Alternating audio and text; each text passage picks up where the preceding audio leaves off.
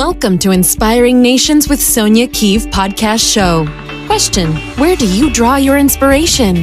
Join us as we feature women across the globe with incredible stories of how they inspire nations every day.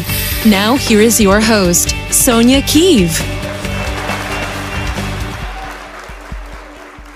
Well, hello, everyone. And this is another amazing edition of Inspiring Nations. I am your host, Sonja Keeve. And today on my show, we have another amazing woman who I'm excited to have on my show.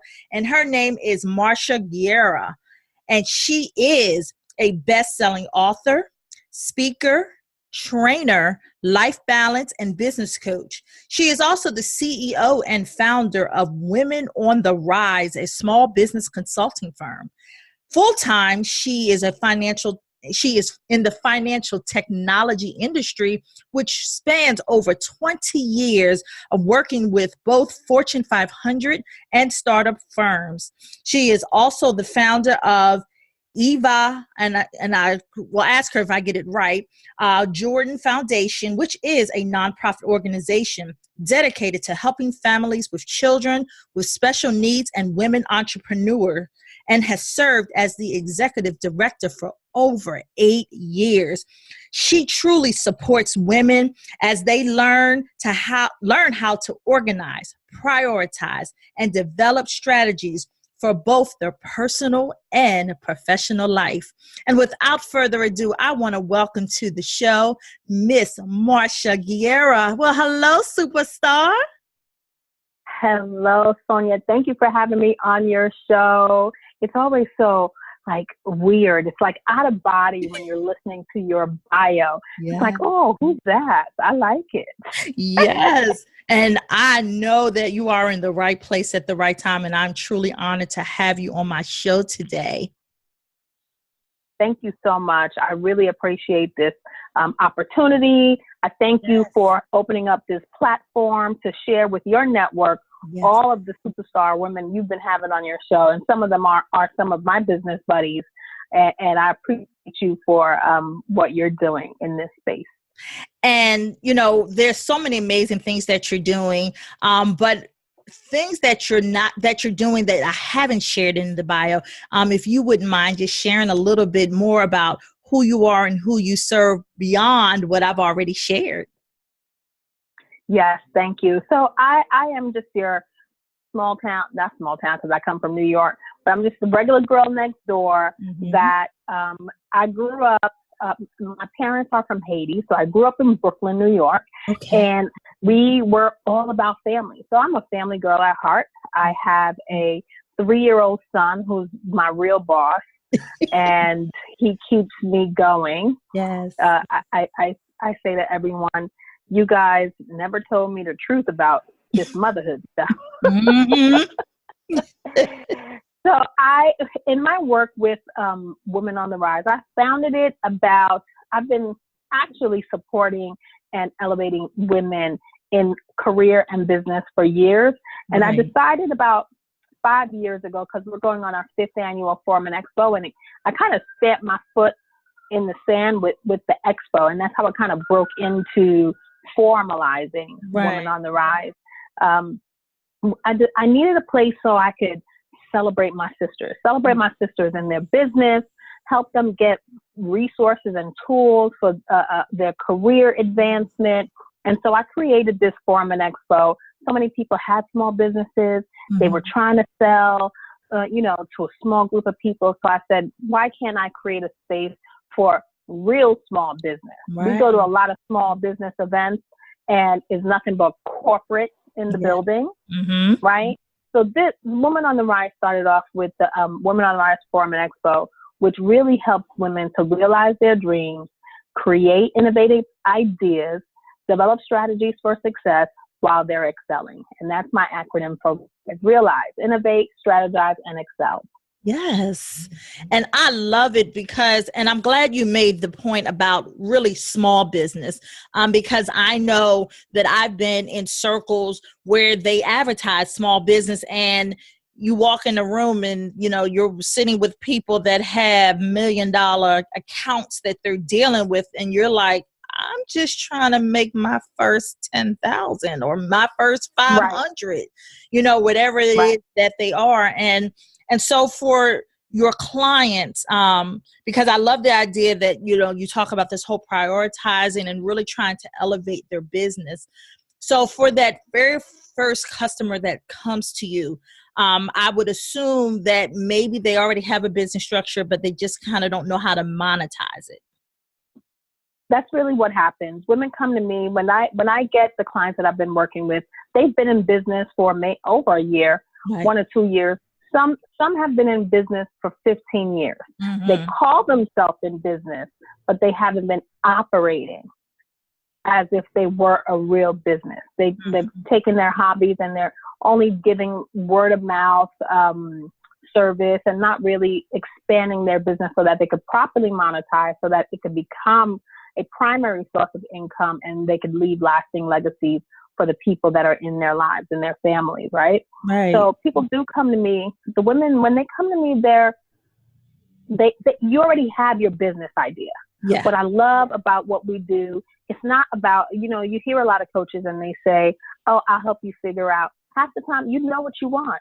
You know who you are. Yeah. You know what God has destined for you. You just need help in the resources to put it together. Yes. You need sometimes assistance with someone helping you shift your mindset, because you're not always surrounding yourself with people that are like-minded, that have reached this you're trying to reach to. Mm-hmm. So we really, when I work with women one-on-one or in my group coaching, we're really breaking down and shifting people's mindsets around entrepreneurship. We're really helping them organize their thoughts and their activities. So people, they have a lot of ideas. Yeah. They're like, oh, but I have so many ideas, right? Mm-hmm. And so I started all of them. Okay, let's prioritize and let's organize all the things that you would love to accomplish. And let's really put some real attainable dates. Yes. Let's create some real achievable milestones for you to get to where you want to go. People often look at the big picture and think, oh yes, I'm reaching $1 million. I'm going to reach $1 million in sales. And so the anxiety of reaching $1 million paralyzes them. Yes. Right? Mm-hmm. So when we stop and we break it down and we say, well, can we shoot for the first 1,000? Right. How about we aim for that 1,000? Right? Yes. And then it doesn't seem so daunting. And then we take that 1,000 and we make it 10,000. And slowly but surely, everything manifests and falls in place. Yes. And I'm glad that you mentioned that, because I do know entrepreneurs, and I've done it myself. And that's why I asked the question, because you find yourself comparing yourself. You know, you find an industry that you're, you know, really interested in. And so you begin to hear, well, the next step is you need to follow someone who's doing what you really want to do. But what happens is they fall into the trap of, just like you mentioned, I want to make $1 million in my business, but there's no business plan for how to just achieve the first 1,000. And so for my listeners, you know, as you're sitting down and you're thinking about that plan, do you find that part of just trying to maybe start out with making that first 1,000, is the reason why they may not get to that as quickly as they like is because of the impatience, or is it because of the planning, or both? Oh, that's a good question. And it's one that really drives me crazy. It is the impatience. Mm-hmm. It is the perception that many people that have spent 15 years building their career and they're now on social media talking about how they're the experts in their field, and you can do it too in 6 months. The programs, we all seen those ads on Facebook. See how I built my coaching program in 3 months and made $100,000 in my first week. Yes. That's not real. Mm-hmm. They what they forget to tell you is that they've tried it 30 times Yes. for the last 3 years and failed 20 times before they got to the point where a light bulb went off. They hired the right coach to give them the right strategy, right? That will help them convert in a short amount of time. But it takes years of trial and error. Yes. It takes years of, oftentimes clients come to me and said, I've spent so much money on coaches that really haven't helped me get to where I want to go, right? Yes. You have people that are great at what they're doing, their small little niche, but sometimes people think, oh, I need that marketing coach. So I'm going to pay you $15,000 because you're going to help me market. Yes. Market what? Right. Did you talk to somebody? Did you talk to someone about what you need to market? Yes. So then, a lot of women are becoming jaded in the process, impatient. By the time sometimes they reach to me, they're impatient. And oftentimes I send people away. If you are having an urgent need for money, yes, this is not the right time for you to work with me, because you need to see the road before you can actually travel it. Yes. And I want to repeat what she just said. If you are not patient enough to earn that money, entrepreneurship is not for you.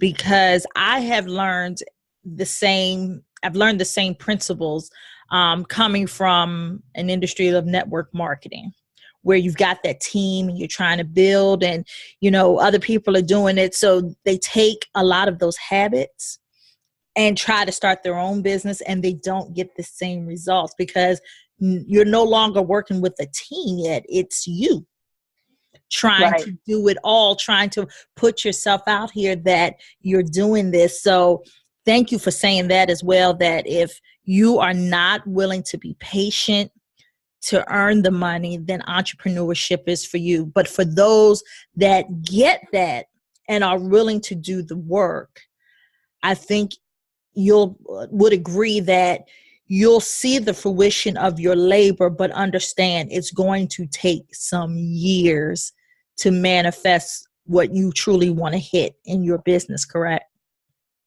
Absolutely. And consistency is the name of the game with it, right?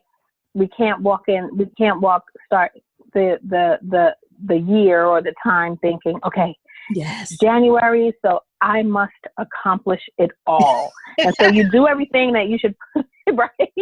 January comes and you're like, I have 20 goals and I'm going to get them done by January 31st. And so by the end of the first quarter, so many of my clients have been through this, and I will say, so did I. Yeah. This year, I came out, boom. January, I came out strong. First quarter, I am hitting the road, and I'm out here and I'm hustling, and I'm at conferences every other week. I'm at events. I'm doing speaking. I'm doing book signings. As you mentioned, I'm an author. Yes. And so it gets to a point where if you're not living a balanced life, yes, if you're not allowing yourself time to recharge, you run out of steam. Yes. Right? So a lot of women, they get to that place where they're like, oh my God, I could do it. Okay, I have this and I have that. I'm gonna do this, and I'm gonna be rich by the end of the week.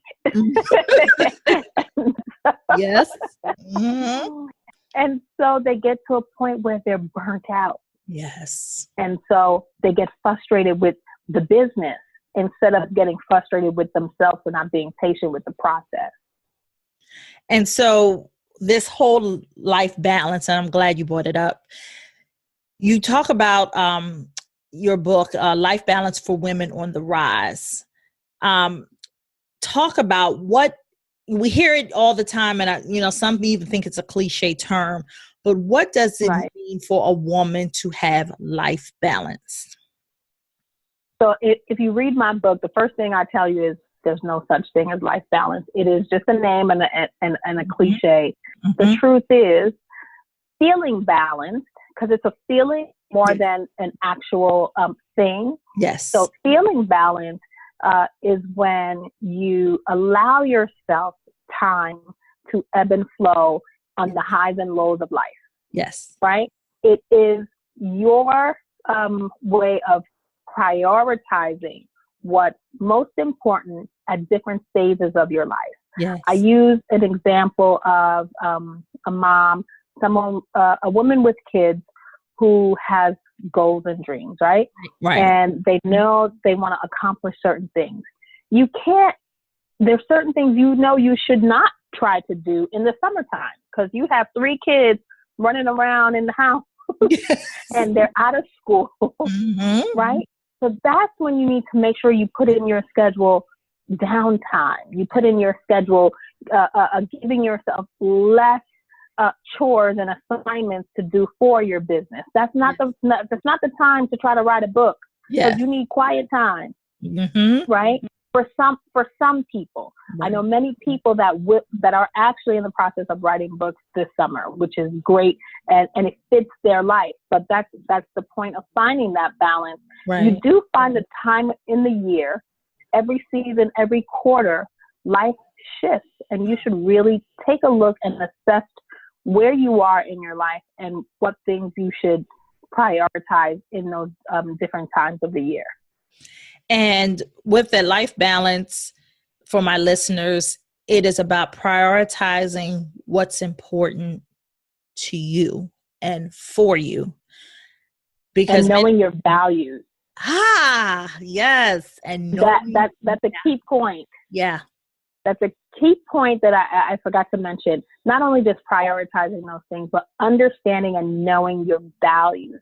Because prioritizing what's important may not match up to your values. Yeah, absolutely. And you hear the term time is money, but that time doesn't always have to equate to a monetary figure. It could just be, I just need time to decompress, as you said earlier. I just need time to be still. I say I have kids too, and sometimes I tell them, today I need time to not be mommy, right? I need to be Sonja because I was Sonja first before I was your mommy, right? Right. And so I want people to understand, especially for women, because we wear so many hats. And for those that are that parallelpreneur where they've got the full-time job and they've got their business and then they've got family and their significant other, it's so hard to juggle all of that when you, like we talked earlier in the show, I want to make $1 million in 30 days. Right. It's not realistic. And what happens is you begin to, the joy of you becoming your own boss takes away from that. That's because now you begin to really feel like this feels like my 9 to 5. And do you think, and as I'm saying this, do you think even though you're owning your own business, shouldn't you also have some joy about the business, that it doesn't always have to be business, but it should be something you love to do because this is something you're trying to create the legacy, whether it's for yourself or for your family? Oh, that's such a great question. I was just working with a group of people that are investors, and they're trying to determine what to invest their money in. Mm-hmm. And the first thing I told them, and then they rattled off a bunch of different quick money business types and industries. And I said, okay, so who in here likes a mortuary? Who in here likes the different things that you all just mentioned? Right. And no one was raising their hand. Mm. I said, and especially for a group of people, if at least 1/3 of that group, or at least you as an individual, does not have a desire to learn or an existing passion for the thing you are doing, it will be difficult. It's not impossible because people do it all the time, right? But it will be difficult as an average person to grow and scale a business. If you are someone with a silver spoon and you got millions and they're handing it to you, you can come up with any industry that you feel that will be a success. You know, you could take your chances. But when you're an average woman and you're just looking for that thing that could help bring in some additional money into the house, it has to come from passion. It has to.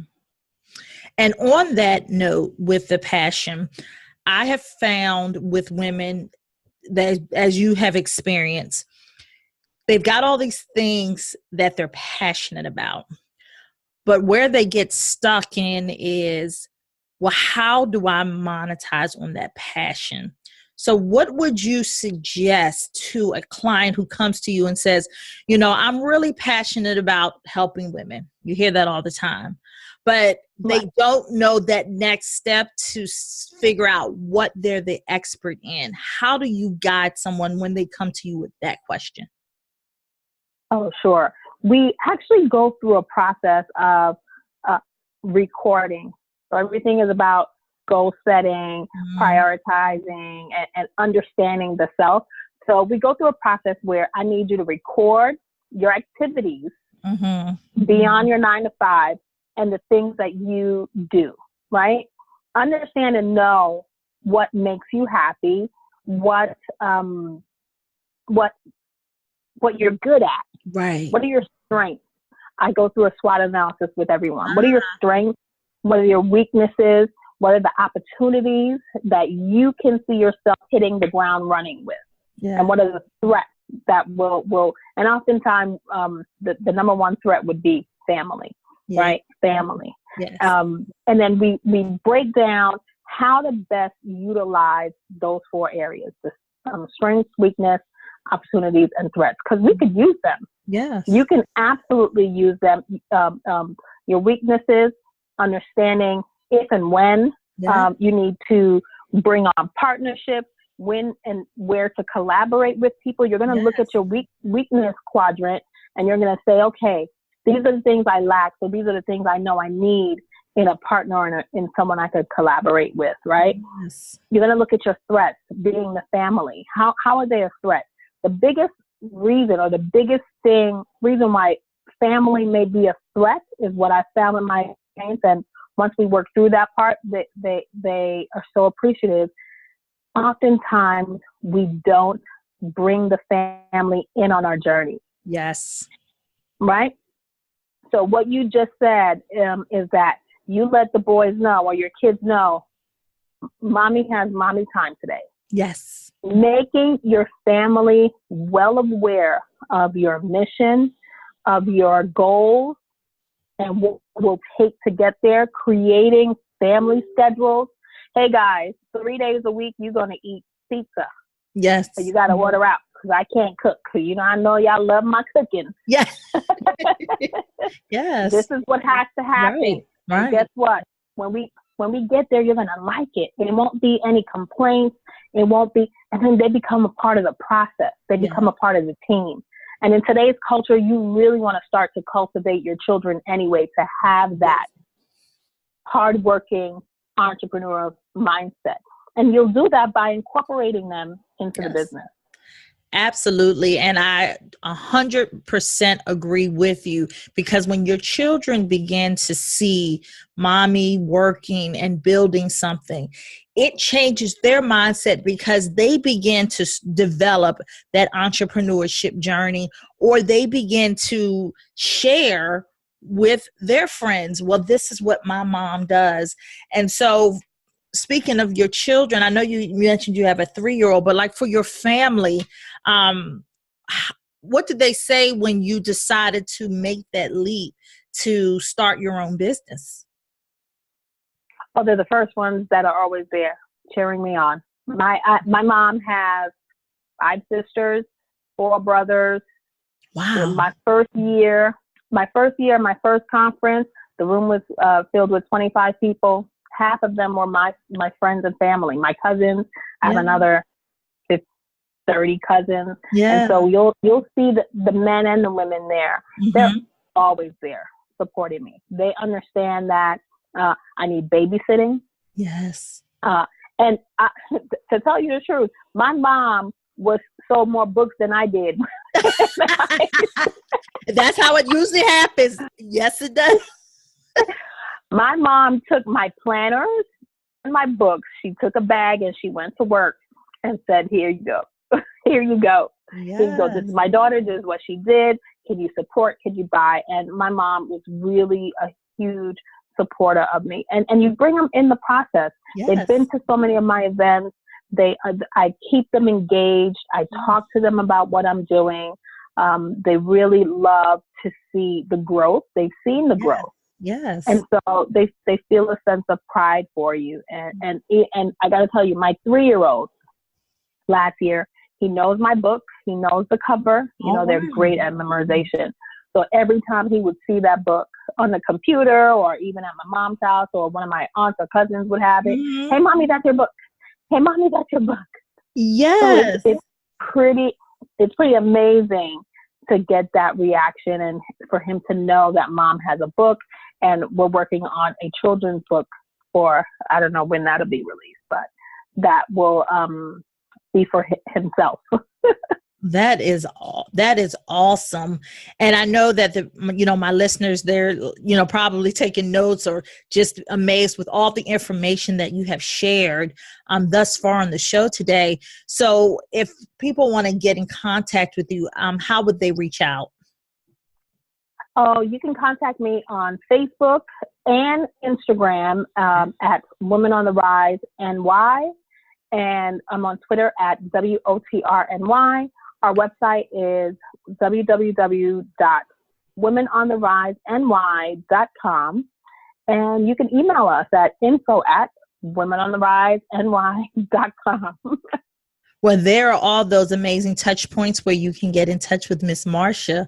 So you are doing so many amazing things. I mean, just in your bio alone, I have no idea how on earth you have time to do it all, but it goes back to that whole balanced living, right? Absolutely. Just knowing when to place certain things in my life, when to say no, when to say yes, and having my amazing support system. And so what is next for Miss Marsha? Some great things are happening right now in my life. I am launching the pre-orders of my Plan, Pray, Prosper Planner Kit, which we are having produced. It's an amazing planner kit that allows women to plan their lives with intention, with God in mind. It gives you scripture. It gives you a prayer focus, areas to write out your daily schedule, your monthly roadmap, and take a look at the big picture of all the things you have planned for the month. And along with the planner, you'll have a wall calendar, so you can have your prayer focus and your scriptures anywhere you most frequent. I myself keep it in my kitchen because anytime I need a prayer. Yes, I grab it. I'm always in the kitchen. When that happens. So and also pocket cards. We give you cards. If you can't carry the planner, you can't carry the calendar, we'll have pocket cards for you with your scripture, your prayer focus, and affirmations. And we are hosting our 5th annual Women on the Rise Forum and Expo, which I'm so excited to bring to women entrepreneurs out there. If this year is our 5th year, and for the 2nd year, we're going to be awarding women with a small business grant, which is something I'm very passionate about in supporting women, product developers and product makers, providing them with a grant to help them in support of their business. And this year we're partnering with HSN American Dreams, which is the home shopping network, to bring their pitch event to our expo in search of the next big thing. So if you have a product that you've developed that you're selling and you know that product belongs on HSN's network, and you know that product should be seen by 90 million viewers, you need to submit your product through the Women on the Rise NY.com website. You'll get all the details and how you can submit your product. We have Lily Gilles Villette, who is a star entrepreneur. She is seen on CNN. She's seen on Fox. She is the creator of the Dreamless Ventures and an advocate of minority-owned businesses. Yes. And she has partnered with HSN to help them find minority-owned businesses, and she is coming along to help us do the same thing. Wow. Now, I just have 2 follow-up questions. When is the planner coming out? The planner is in production now, and we just got word that we thought we were getting them in September, but they are actually going to be here early. So they'll be, we're taking pre-orders now for you to receive it in August. And where do they go to pre-order? Pre-order at planprayprosper.com. There you go. To pre-order your planner, it's Plan. No, it's planprayprosper.com. Planprayprosper.com to pre-order your planner to get your life balance in order. Absolutely. Yeah. And then when is the Women on the Rise conference this year? The conference is in October 19th through 20th in New York, outside of LaGuardia Airport at the LaGuardia Plaza Hotel. You guys can come enjoy New York City. If you are coming from out of town, we are excited to really help women take their products to another level and take their business to another level. Give them the access, like HSN, like Lily. Yes. She is going to be bringing some amazing guests. We can't confirm who she will be bringing with her, but we're excited for what she will be doing with our women. Well, you have heard it first. Get all of the details. Sign up to attend the conference, especially my women entrepreneurs. This is an event you do not want to miss. And Marsha, it has just been an honor to have you on my show. You have shared so many great nuggets about balanced living and just about your life in general. And I know I'm excited about getting that planner because I am definitely going to need that in my life. So I will definitely be placing my pre-order. But before I let you go, this is something that I do with all of my guests. I'm going to give you 3 words, and I want you to share the first thing that comes to mind when you hear it. The first word is faith. God. Love. My son, Joshua. Inspiration. Ooh, Oprah. Yes, honey, I'm going to claim it. Yes. So I'm going to be on Super Soul Sunday. I'm going to claim it. Yes. Let us claim that. I received that for you, Sonja. I receive it in the name of God. Hallelujah. Well, Miss Marsha Guerrier, it was truly my pleasure and my honor to have you on my show. And please, I would love for you to come back again as you continue to do the amazing work. And inspiring women everywhere you go. And it's just a joy to have you on my show. Thank you so much. It's been so much fun talking with you. And I am looking forward to when you and I will, we met at PTIO. Yes. You probably don't remember, right? I don't know. It was amazing. Yes. But, I look forward to seeing you again on the conference roads. Yes. Yes. And please come again. Thank you so much. And this is another episode of Inspiring Nations with Sonja Keeve. Bye-bye. Thank you for listening to another episode of Inspiring Nations with Sonja Keeve. I challenge each of you to perform one simple act of kindness and pass it forward. For more information on how you can be a guest on our show, visit www.sonjakeeve.com. We hope to see you next time.